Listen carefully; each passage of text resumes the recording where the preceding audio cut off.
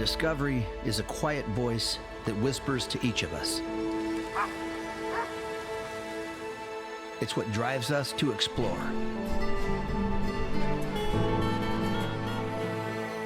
Travel isn't always easy, but the rewards can last a lifetime. And right when you think you know a place like Europe, a new adventure changes your perspective. It's a beautiful Sunday morning. There isn't a cloud in the sky. It's high 60s right now. Zach, Dave, and I are just walking around the city center. This is Zagreb, the capital of Croatia. It's home to nearly 1 million people and rich in history. This is built a long time ago. You ready? Get it done. I got it. You going in? Well, I can go on fours. Yeah, go. Let's see what you got. What's this? It's tight. But a place with small-town charms and a warmth from its people you can't help but feel. It's Croatian factory. It's called Ledo. Ledo ice cream. Ledo sladoled. Puts all other ice creams on a stick to shame. Croatia's star attractions to the south, Dubrovnik and Split, are popular destinations to this country on the Adriatic. But we've come here to explore the heartbeat of Croatia and a lesser-known region to the north called Istria. We are just above the Mirna River Valley, which is very known for white truffles. And obviously we are here in an area that has a huge heritage in winemaking. It's very fresh. Here, rolling hills, vineyards, and hilltop towns draw us closer to the sea, where ancient villages still hold secrets from the past and welcome curious travelers to a maze of cobblestone. Top of the castle, the top of Motovun, this historic hilltop village. And when you get up here, you have one of the best views you're gonna get around anywhere in this area. London, Paris, or the Italian Riviera, all favorite European destinations for travel. But after this one, Croatia has now firmly found a place in our hearts. When I woke up this morning, I did not think I would be standing here. Yours? Cheers, guys. Cheers. This is it. When you travel, the world becomes a smaller place. When you explore with friends that share a love of photography, destinations come to life. Are you not entertained? We tell the stories of travel with our cameras, capturing images of the most beautiful places on Earth. But every adventure reveals more than what's found in the frame. The people, the food, and the unexpected turns that happen on every journey. No, he's going downtown on you. Hang on a second. Brings the full experience of travel into focus.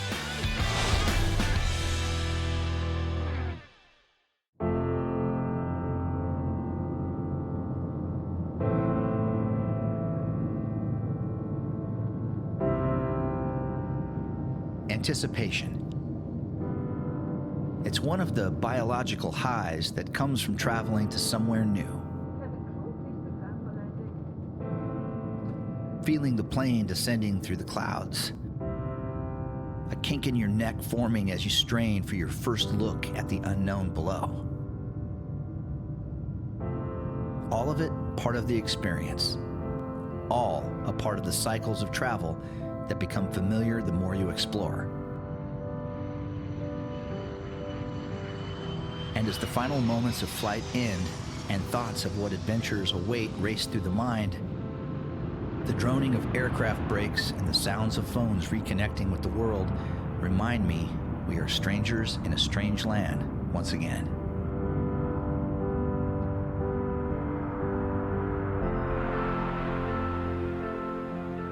First light on a Sunday morning in Zagreb, the capital of Croatia. We've come here at a time when travel in the world isn't easy.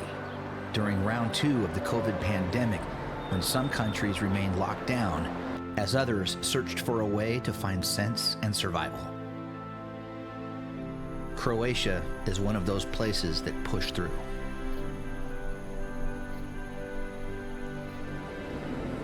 We were invited to come to Croatia to film by the CEO of the Croatian Tourism Board's Los Angeles office. I had spoken to her on the phone for over a year trying to pull this trip together. She knew we had landed and checked into the hotel she had picked out for us, but she didn't know that after a night of rest, we had set out to do what we do, tell the stories of a place with our cameras.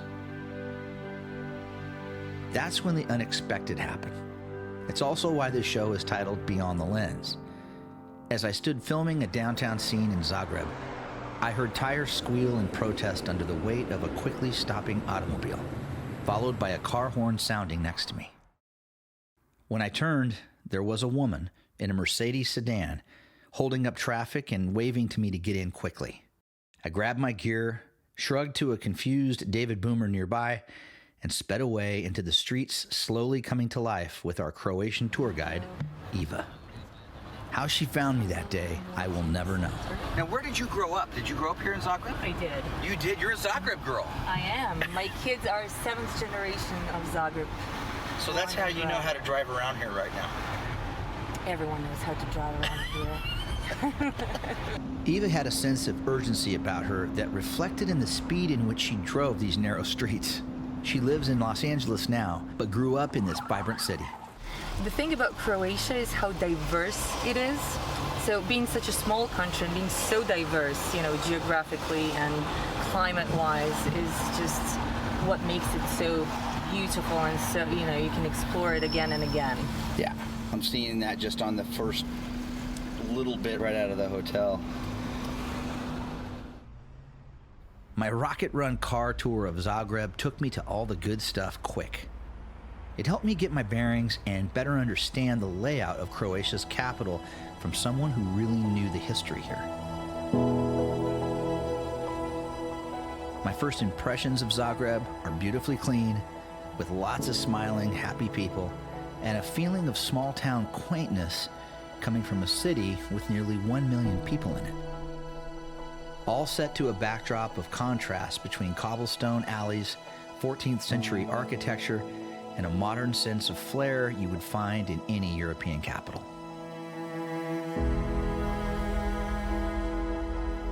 And as fast and bizarre as my tour of Zagreb began, it ended abruptly. On a street random to me, luckily not far from where Zach and Dave were making their way through town.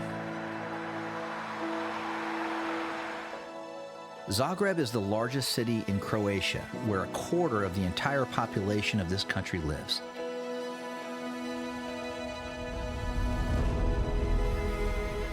The oldest settlement here dates back to the 1st century AD, and today is home to world-class museums, sporting events, a booming high-tech industry, and people that are welcoming and friendly. Our walk north is leading us to one of the main gathering centers in Zagreb, at Banja Luka Square, the true hub of the city.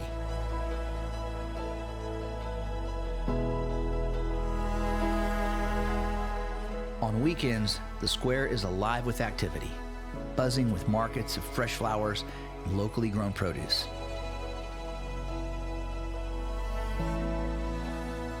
Zagreb is a very easy city to move around in, and most everyone spoke English beautifully with us. As we settle into the pace and vibe of Zagreb, I begin to notice something else you see in towns much smaller than this. A real sense of community. There's something about the human interaction that takes place in a market like this. Two people interacting with one another in a way that seems to be fading in our add to cart, buy it now world. It's a place where crime is extremely low, children walk to school safe, and where the people in this village of 800,000 actually care about and look after one another. Okay, well, this is our first full day in Zagreb, and it's good. It's a beautiful Sunday morning. There isn't a cloud in the sky. It's high 60s right now. Zach, Dave, and I are just walking around the city center, the main square area, the cathedral behind us, the farmer's market going on in the morning down here. Everything you think you're going to see when you come to one of these great European capitals like Zagreb, it's here in living color, and we're enjoying it. It's just beautiful. The Zagreb Cathedral is a place that deserves a little extra time to visit. This Gothic-style Roman Catholic church is not only the second tallest building in all of Croatia, it's one of the oldest cathedrals in southern Europe. Construction on the original building was completed in 1217. Like many of Europe's religious centers, it was a focus of invasions, battles, and of healing. And today, the ancient remains of the wall that was built around the cathedral to slow an invading army of the Ottoman Empire in the late 15th century still stands in remarkable condition.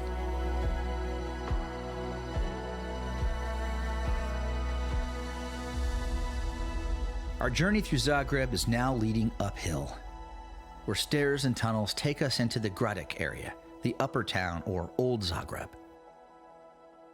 Here, St. Mark's Square is a popular tourist area and is home to a group of buildings that make up Croatia's government, including the Parliament, the Constitutional Court of Croatia, and the colorful roof tiles of St. Mark's Church, built in the 13th century.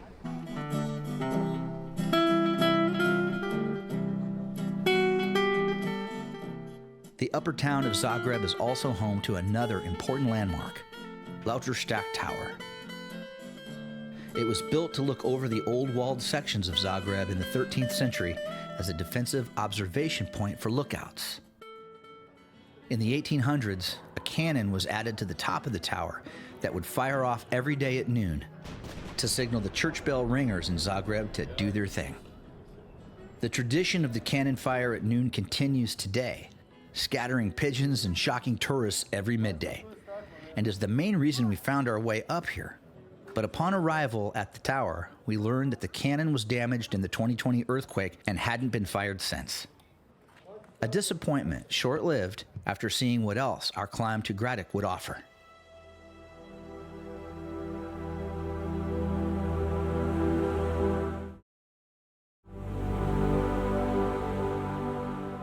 From this vantage point, excellent views of Zagreb below are found, and on a warm fall day like this, it's also a place to find a nice shady spot to cool off. Dave, what are you thinking right now? Pretty good, huh? This is so cool. Yeah. So we just finished the hike up to where they were going to shoot the cannon, but they don't shoot the cannon anymore. They had a big earthquake here, and so it toppled a lot of the structures, like the cathedral we saw. You can tell some of the taller buildings have damage, but that cannon apparently was damaged somehow too. So Zach is still somewhere shooting. I don't know if he's got the memo that the cannon isn't working yet. David and I are on the promenade just above town here, about to hike back down to the hotel, having a delicious cold beer and enjoying the shade. After walking the town. After walking the town. After Zach finally caught up with us, we hit the Zagreb funicular, touted as the shortest public transportation in the world, to lower us back into the town center.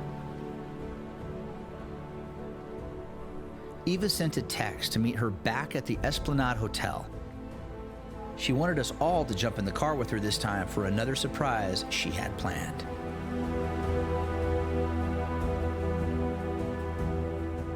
She whisked us through Zagreb on back roads and side alleys, pointing to noteworthy landmarks and buildings along the way. Our rapid tour of the outskirts of Croatia's capital ended at Park Maksimir, home of the Zagreb Zoo. This is the largest park in Zagreb, and on a picture-perfect day like today, it's a great way for us to capture images of everyday life of Croatians enjoying the beauty of the place they call home. Maksimir Park was founded in 1787 and was the first large public park in southeastern Europe. Its 780 acres of woodlands, open grass areas, and ponds make it an outdoor escape for Croatian families conveniently located right in the middle of Zagreb.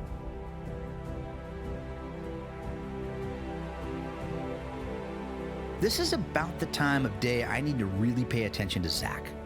Even though it's only been a few hours since he last ate, as the day wears on, he usually needs a little boost to get him through. Luckily, Eva knew right where to go. Well, at the Park Maksimir, there's this awesome ice cream stand, which we just got some awesome ice cream from. Here's the choices we had right here. All right. So I went with the Lino Lada, and you went with I went with this one, with Capri. The Capri. And it's good. You gave me a little bite. It was tasty. It's delicious. It's delicious. But David, let's go see David and Zach, because now they're over here. Look at, they're over here just standing here just chowing out. Killing it. What did you think? What did you think of the... It's rich. To me, it's the best ice cream on a stick It's rich. I've ever had. I've never had ice cream on a stick that good. That's fair to say. It is. What'd you think, Dave? He got the. No, it's really good. It's the best ice cream we've had since the chow wagon. It's called Ledo. Ledo ice cream. Ledo sladoled. Do they have a bear as a mascot? Okay. They do. Nice pull, Zach. Well, thank you. That was awesome. That's really, really fantastic ice cream. Very good. Puts all other ice creams on a stick to shame. The last stop on our tour of Zagreb is a visit to one of the most noteworthy landmarks, the Mirogoj Cemetery.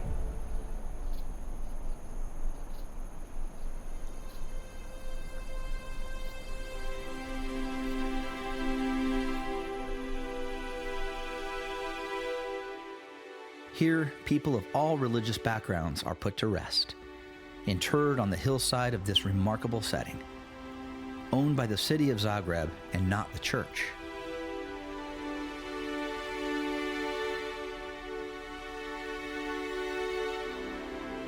The walls and arcades of the cemetery, built in 1879, give Mirogoj a stately architectural presence, framing a wide expanse of crypts, graves, and tombs. This was a solemn yet reflective and fitting way to end our whirlwind first full day in Zagreb. Tomorrow, we will leave this place and head west toward the ocean for a 2-hour drive into a region of Croatia called Istria.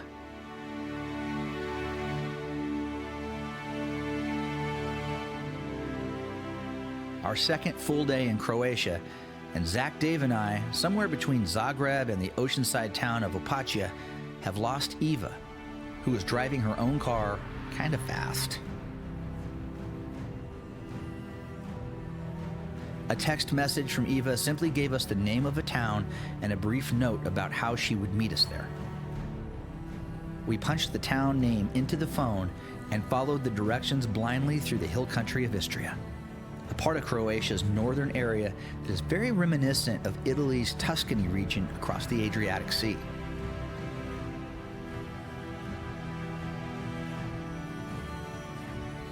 After passing through roadside villages and rolling vineyards, we get our first look at the place Eva has brought us to, the ancient hilltop town of Motovun. From this overlook, Motovun is like a painting. Soft morning light, broken by retreating clouds of a passing storm, a setting beautifully perfect in every way.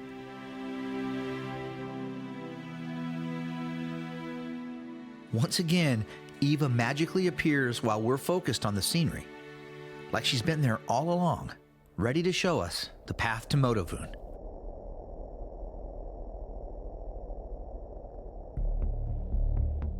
Sometimes when I get in places like this, I love the quiet time found on a solo walk. The ancient cobblestone streets leading to the village above, and the stunning views from hillside markets on the way made for a memorable photo stroll through Motovun. Today, 531 people call Motovun home, living in houses scattered across the hillside and within the walls of the castle up higher that was built after the Venetians took it over in 1278. Motovun was the birthplace of race car driver Mario Andretti and his twin brother Aldo in 1940. The Andretti brothers raced wooden carts down these narrow streets as boys.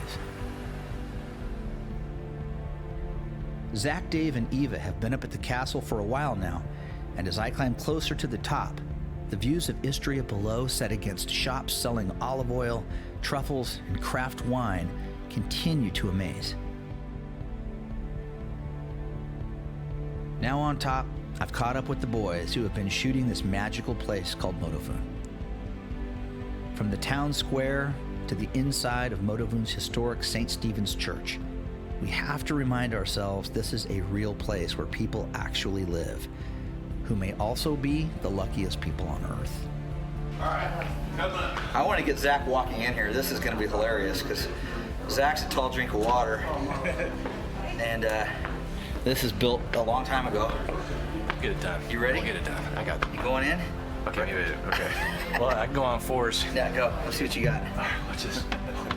It's tight. That is tight. Yeah. I don't know if I'm gonna fit in here, to be honest with you. The last thing to see in Motovun is the view from the top of the bell tower. For a few extra kuna, we start to climb up a narrow staircase and ladders toward the high point of Motovun. This is about a 6-story climb, and at the top, it does get a little sketchy.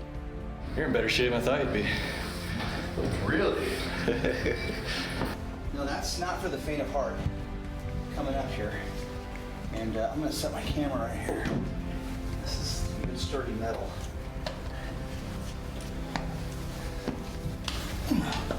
Okay, we're at the top of the Castella, the castle, on top of Motovun.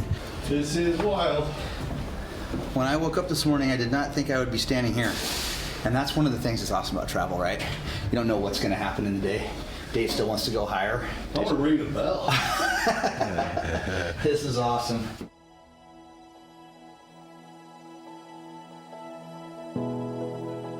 The views in every direction are some of the best we will have on this entire trip. Dude, Is this amazing or what? what do you think, buddy? Oh man. Oh, man. Look at the village from here down below. I mean, it's really something else.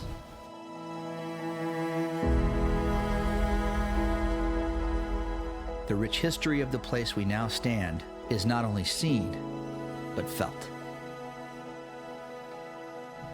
Zachariah, Dude, what do you think? Yeah? it's got a view. Yeah. Not bad. Not bad at all. The walls of the castle below, the village below that. The history here, built in the 12th century. Motovun today is still, it has that old charm it'll never lose. And a great way to look back in time and be a part of living history when you come here. I wonder what Daniel Chewy would say.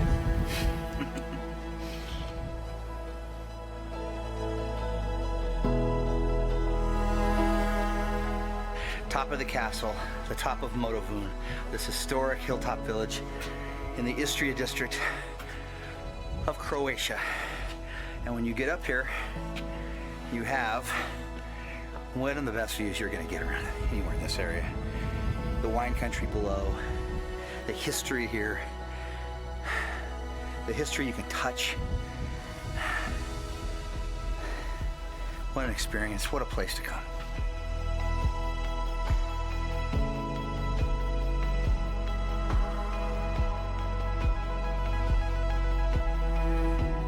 Croatia has exceeded every expectation we had before coming here. And while most tourists visit the cities of Split and Dubrovnik, made famous as the location of the Red Keep in the Game of Thrones television series, the Istria region of Croatia in the north has put us under its spell. A spell now broken with a new text message from Eva, who has already left for our next stop on this adventure. She's on her way to a town called Pula on the shores of the Adriatic, a place we are headed next.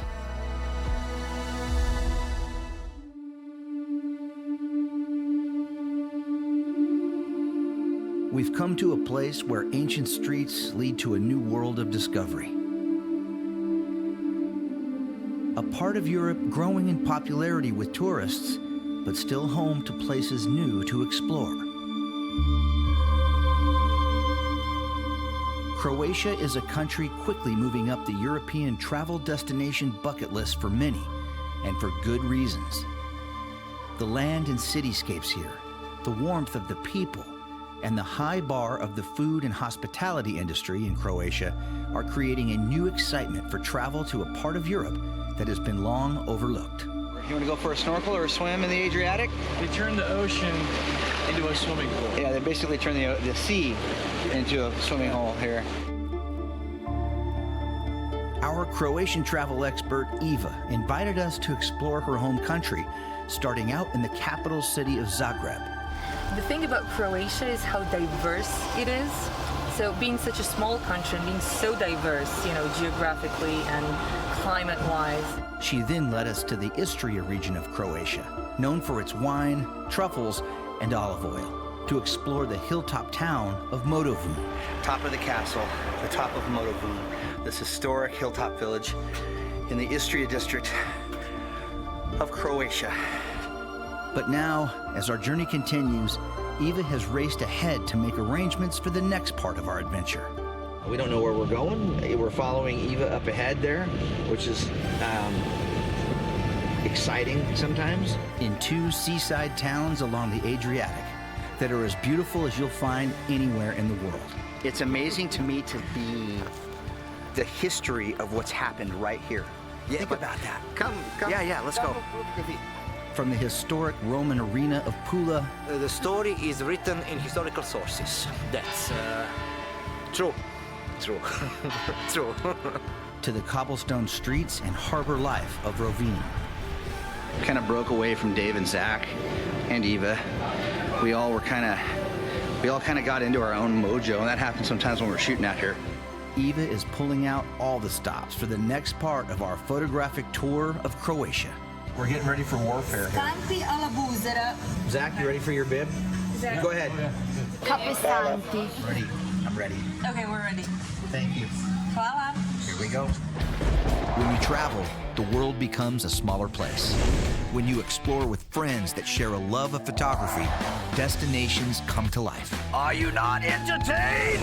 We tell the stories of travel with our cameras, capturing images of the most beautiful places on Earth. But every adventure reveals more than what's found in the frame. The people, the food, and the unexpected turns that happen on every journey. Want to go? No, he's going downtown on you. Hang on a second. Brings the full experience of travel into focus.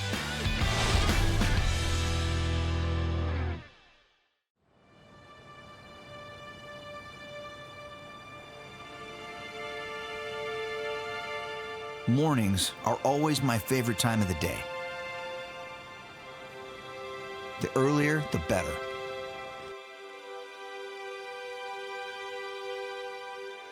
With all the time and effort invested when we travel, sunrise over a new destination always seems to be the best time to get acquainted with new surroundings.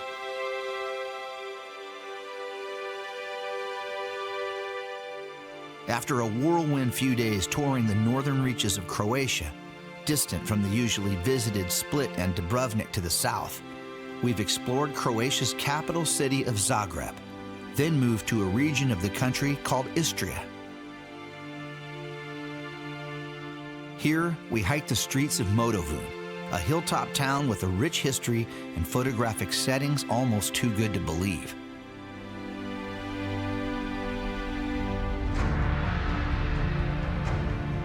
But now, as the sun rises over the city of Pula, that hugs a bit of rocky coast along the Adriatic, we set out on another day of adventure of Croatia, guided by our local expert that invited us here, Eva. Pula is a town with a long and turbulent history, built and destroyed and built back again several times over the last 2,000 years during war, being a place that served the ancient Roman Empire, the Franks under Charlemagne, the Austrians, was once part of Italy, and today is the largest city on the Istrian Peninsula. With a natural harbor and rich agricultural lands around it, Pula is famous for its seafood, winemaking, and gourmet designs that any foodie would love. We've caught back up with Eva after grabbing some shots around our seaside hotel. And just as we're getting a little hungry, Eva has a spread ready to go. So we're here at this beautiful Park Plaza Istria Hotel on the shores of the Adriatic, and we are in Pula, and we're just getting kind of used to what's going on here, getting the lay of the land, and right away, again, Eva has taken good care of us like she likes to do. She's a great host, by the way, and we've got a selection of different local fishes. We've got some octopus, we've got some, now what do we have over here? That looks like old school, just straight up. Yeah, it looks like prosciutto. Yeah. There's some shrimp. We have tuna tartare. Yeah, it looks beautiful, you guys. Fresh tomatoes in there, some excellent. Cod pate. That's cod pate. I'm looking forward to trying that. Mixtures of olives, some breadsticks. As usual, Eva knew exactly what she was doing when she put together this little pit stop. We still had a lot of exploring to do, and our next adventure would take us to a place where we would be testing it and keeping up with another Croatian tour guide with lots of extra energy to spare. This is the Pula Arena, Croatia's best preserved ancient monument. It is the only remaining Roman amphitheater in the world to still have its four side towers intact, and was constructed between 27 BC and 68 years after the death of Jesus Christ.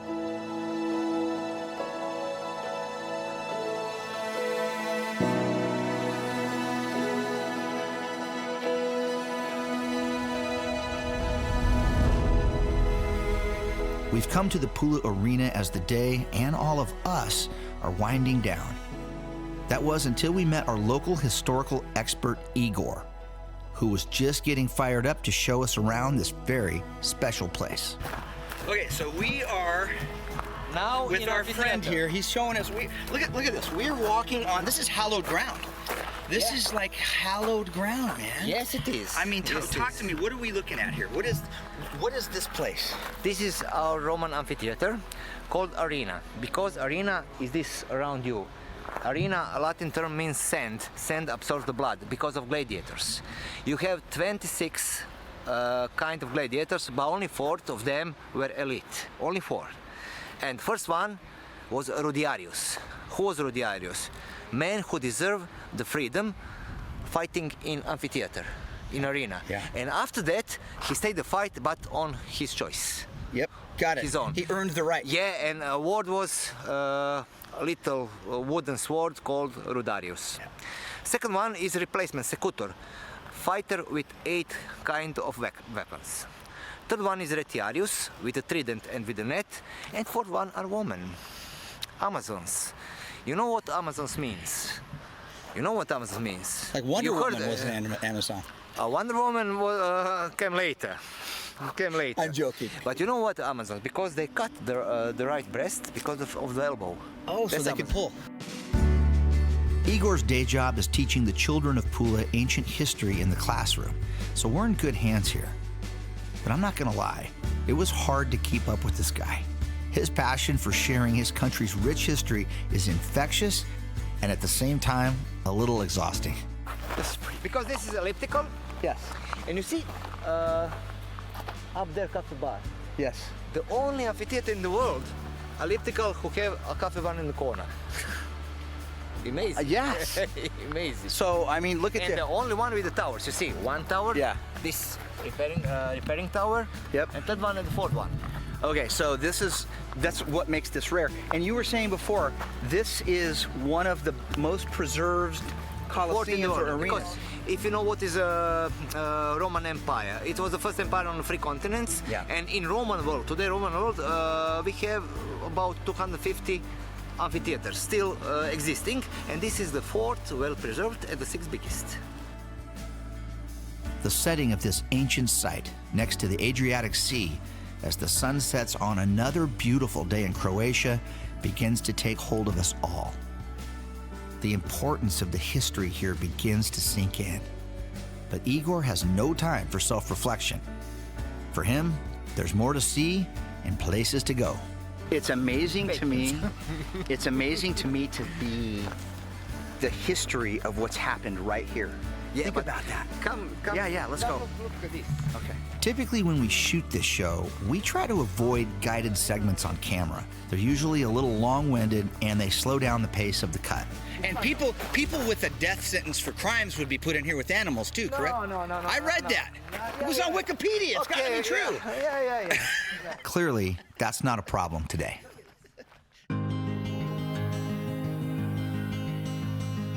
The days of gladiators and the sport of killing men here ended in the 5th century under Roman Emperor Honorius. Today, the Pula Arena is still used as a venue for entertainment, including concerts by performers like Sting, the Foo Fighters, and Elton John. Modern shows set against the ancient stones that are still in place here.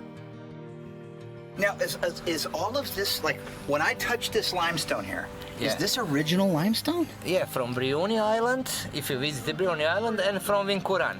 Yeah. And this 2,000 years old. 2,000. Igor's lightning tour of the Pula Arena continues as we pass different random points of interest. Look at this, 1906. Pula name. Pula was military port. This was 6 years before the Titanic.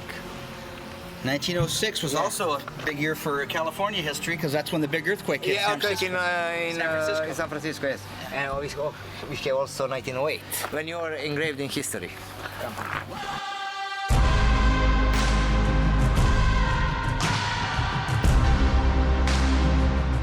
I don't know how you stand in the middle of a coliseum like this and you don't say, "Are you not entertained?" You have to say that here. It's very corny and very cheesy, but I'm glad I did it. I had to scratch that itch. Now, below the main arena floor, Igor shows us the tunnels and rooms where gladiators waited for battle and where the dead were piled after the barbaric displays of blood sport. You know a story about this and this. This is Hollywood, you know the story. And this was way out, and this was way out. And after games, after deaths, after, they were here, waiting with the torches, because there is no electricity, smell of the dead animals, smell of the blood, smell of the dead. They waited here a few hours. When the crowd is going home, 23,000 people, when it's going out, and after that they can go to their schools or whatever. That was their job. That was their job. That was the job.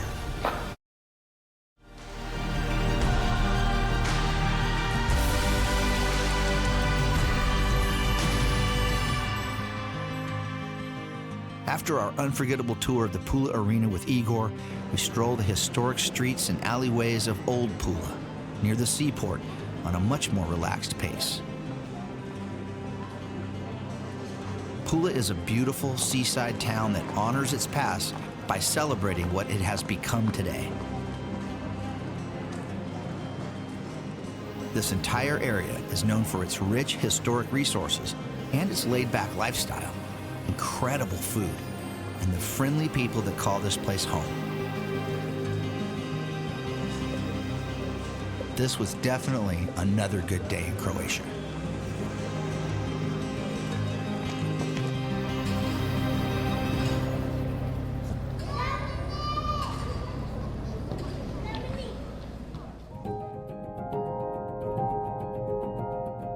Our next stop on the Istrian Peninsula is just an hour up the coast to another important town on the shores of the Adriatic Sea. Along the way, Eva has planned another wonderful stop in a unique part of Istria called Lim Fjord. This channel winds deep into the interior of Istria from the sea and is famous for its truffles and oysters. It's also a great place for Eva to show off yet another over-the-top dining location at the Viking Restaurant, a place known for delicious seafood and unbelievable wine. Because it's autumn, you see how they're not as big as they usually are. Okay. So in spring, when the water is not as hot as it is during the summer and now, they're bigger, right? So as the fall approaches, they're becoming smaller, right? Throughout most of Europe, food is central to every aspect of life. It's celebrated, and it's made with the care and commitment of true artists. You know what, Zach? You need that more often than you think you do. You do massages too? Yeah. Okay, so Zach and I are bibbed up as Dave and Eva are, and Bib bros. Yeah, we're bib bros, and we're ready to jump into some beautiful lobster. And what's the pasta, Eva? It's tagliatelle. Tagliatelle. All right, gonna get in there. This is it. road from Limfjord to our next stop winds through quaint farmlands and small villages back towards the sea.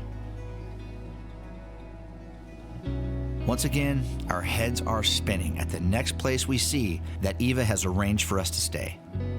The spectacular Grand Park Hotel overlooking the town of Rovinj. The hospitality scene in Croatia is world-class, and this hotel is a great example of that dedication. This hotel has won just about every award there is for food, its staff service, and architectural design. The modern layout of the Grand Park contrasts beautifully with the old-world charms of Rovinj, sitting like a painting in the distance against a pastel sky.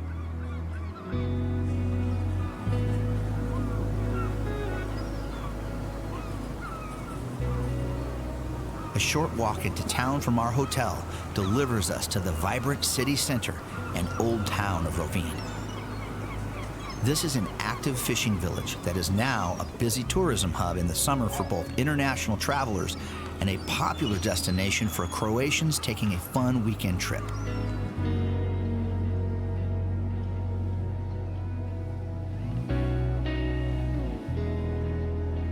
The original town of Rovinj, that was once part of Italy, was built on an island just offshore, but was filled in with dirt to connect it to the mainland in the 14th century. The deeper we walk into this picture-perfect town, the more each of us is drawn into a labyrinth of small streets and pathways as we make our way to the top of the hill where the church of St. Euphemia dominates the distant skyline.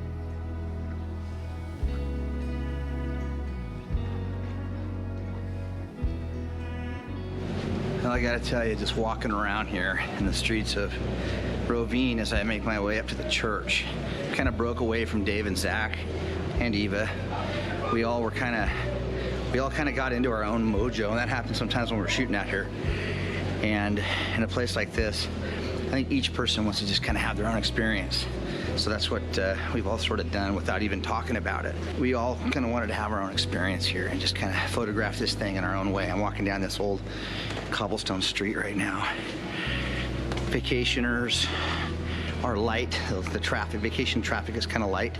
We're kind of past the season right now, but you know, any of these towns in Europe that you come to have their own charm. This one, Rovinj, has a very special charm. It's a favorite place for people in Croatia to come on vacation.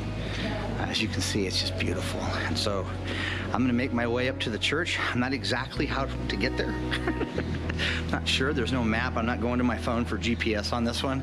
I'm just sort of following my heart and have a basic idea of where the main tower is. But so far, Rovinj has been my favorite stop here in Croatia.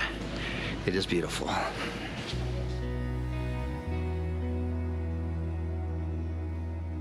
As I climb higher toward the church, passing scenes of everyday life here that make this place so special. Every turn is a photographer's cityscape paradise.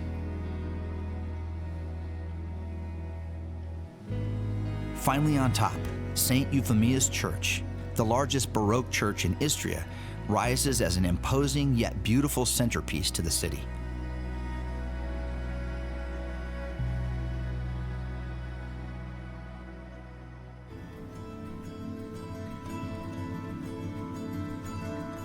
Built in the early 1700s, the church is said to be the final resting place of Rovinj's patron saint, who was tortured for her faith by the Emperor Diocletian before being thrown to the lions in AD 304. Her body was kept in present-day Istanbul until it was moved here, inside the church that bears her name.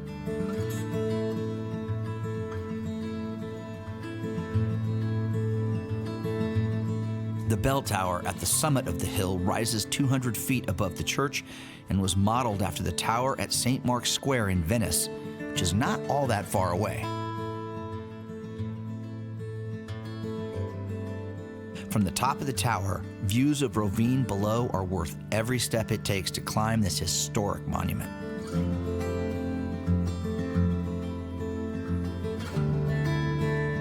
Croatia had already captured our hearts on our first few days here. But now, as our week-long adventure comes to an end and we see more of the Istrian Peninsula's beauty, like that found here in Rovinj, I know for certain this is a place I will come back to, eager to share it with friends and family.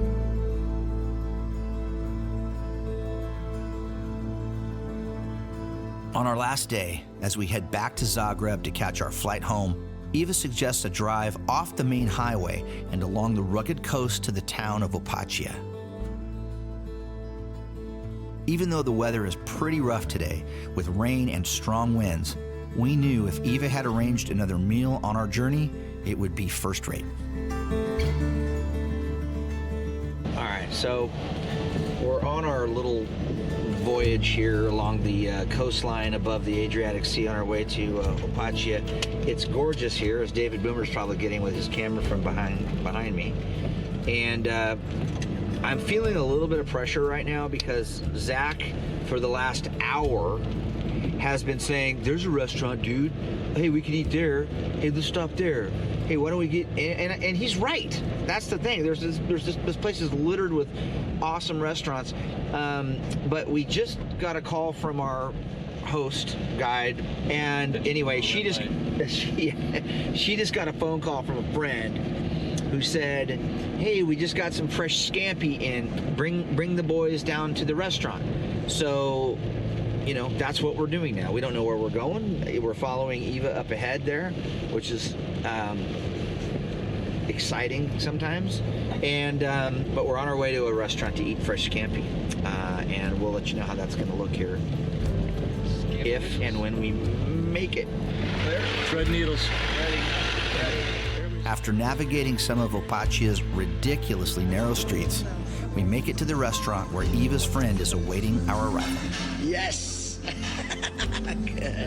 Good. Seafood is obviously the dominant trend in dining here along the coast. Beautiful. And the artistry of cooking is on full display no matter where you grab a table.